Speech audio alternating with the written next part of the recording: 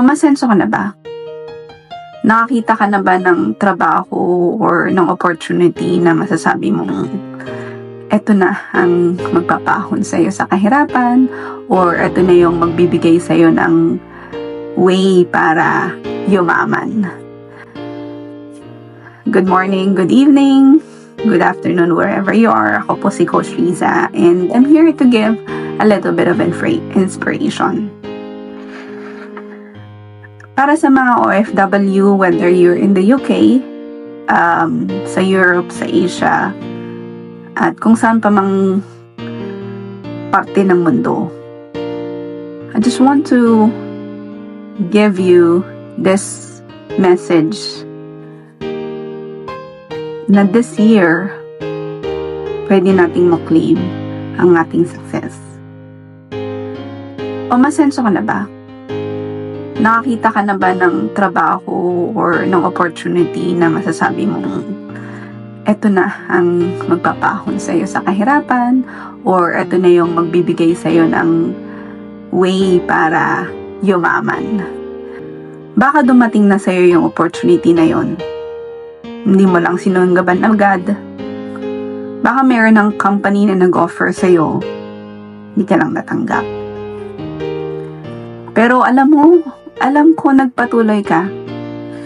Naghanap ka ng trabaho, kahit maliit ang sahod. Nagsimula ng negosyo. Nakontento kahit maliit lang ang kita. Mas okay kasi mas maganda kaysa walang trabaho or walang kahit magkanong pumapasok sa bangko. Hindi mo naman gusto yung ginagawa mo. Hindi mo gusto yung trabaho mo, yung amo mo. Pero, ginawa mo ang negosyo o ang trabaho kahit araw-araw na napakahirap at kahit araw-araw parang palugi lang kasi halos walang kinikita. Naranasan ko din yan, mga kabayan. Nagtrabaho ako for 15 years. Tapos, noong 2019, nanganak ako sa pangatlo kong anak. Sabi ko, ayoko nang bumalik sa trabaho. Gusto kong magsimula ng negosyo. So, yun nga. 2019, December, nagsimula ako ng negosyo. Sa loob ng halos 4 na taon, tinis ko yung maliit na kita. Mas okay na yun kasi maliit pa lang naman yung bunso ko. Sabi ko, wala naman akong masyadong ginagastos. So, pinag-cash ako yung pera. Kasi gano'n naman tayong mga Pilipino eh. Diba, madiskarte tayo. Madali nating gawan ng paraan ng mga bagay-bagay. Hanggang sa darating ang isang pagkakataon sa buhay mo, yung tipong pagod ka na, walang-wala ka ng malapitan. Doon natin may isipang ibuhos yung puso't isipan natin. At mag-pray tayo kay God na sana bigyan mo ako ng opportunity na makapagpabago ng buhay ko. Right? Naranasan nyo ba yun, guys? Kung nakaka-relate ka, may share ako sa'yo. Isang negosyo na magpapabago sa buhay mo. Marami na ako nakita eh. 42 na ako this year. And left, right, and center, sinubukan ko talaga. Kasi, as I've said, gano'n naman tayo, di ba? Nung nakita ko to, sa halagang 40 pounds, so kung nasa UK ka, yun ang investment, yun ang ininvest ko. Last year, meron akong isa pang sinalihan. 300,000 pesos ang nilabas ko.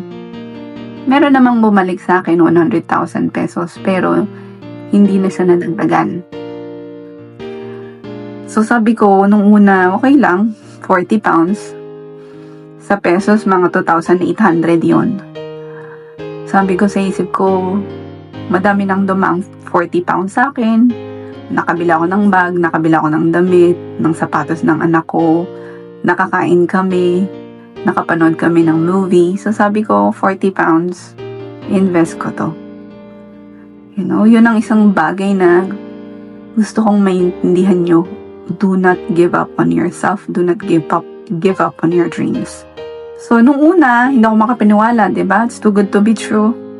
Pero, ginawa ko lang kasi sabi ko, wala namang mawawala. Anong online business ang masisimulan ko for 40 pounds? So yun, nag-join ako. Gusto ko makita tsaka marinig yung sinasabi ng mga tao na nabago yung buhay nila just by doing this for 1 year. Sa isip ko, yun nga, nakailang 40 pounds na ako. Pwede namang baka, may mapuntahan to. Sa isip ko din, saan na ba dinala ng 40 pounds ang buhay ko? So, kung itataya ko to, kung isusugal ko to, ano ang pwedeng marating ko? So, ini-invite kita ngayon, kabayan. Kung pagod ka na, kung feeling mo 40 years old ka na, wala ka pa rin nararating, kung sa tingin mo lumalaki na yung mga anak mo, pero wala ka pa rin naiipon, kung sa tingin mo padala ka lang ng padala, tapos wala namang napupuntahan yung perang pinapadala mo sa Pilipinas, I feel you. And I want to invite you to join me in this journey, to join me in this business na sa halagang 40 pounds, pwede kang magkaroon ng online business na makakapagpabago ng buhay mo in 1 year, in 2 years. Sa halagang 40 pounds, kung hindi na bago ang buhay mo in 1 year, ibabalik ko yun sa'yo. That I guarantee.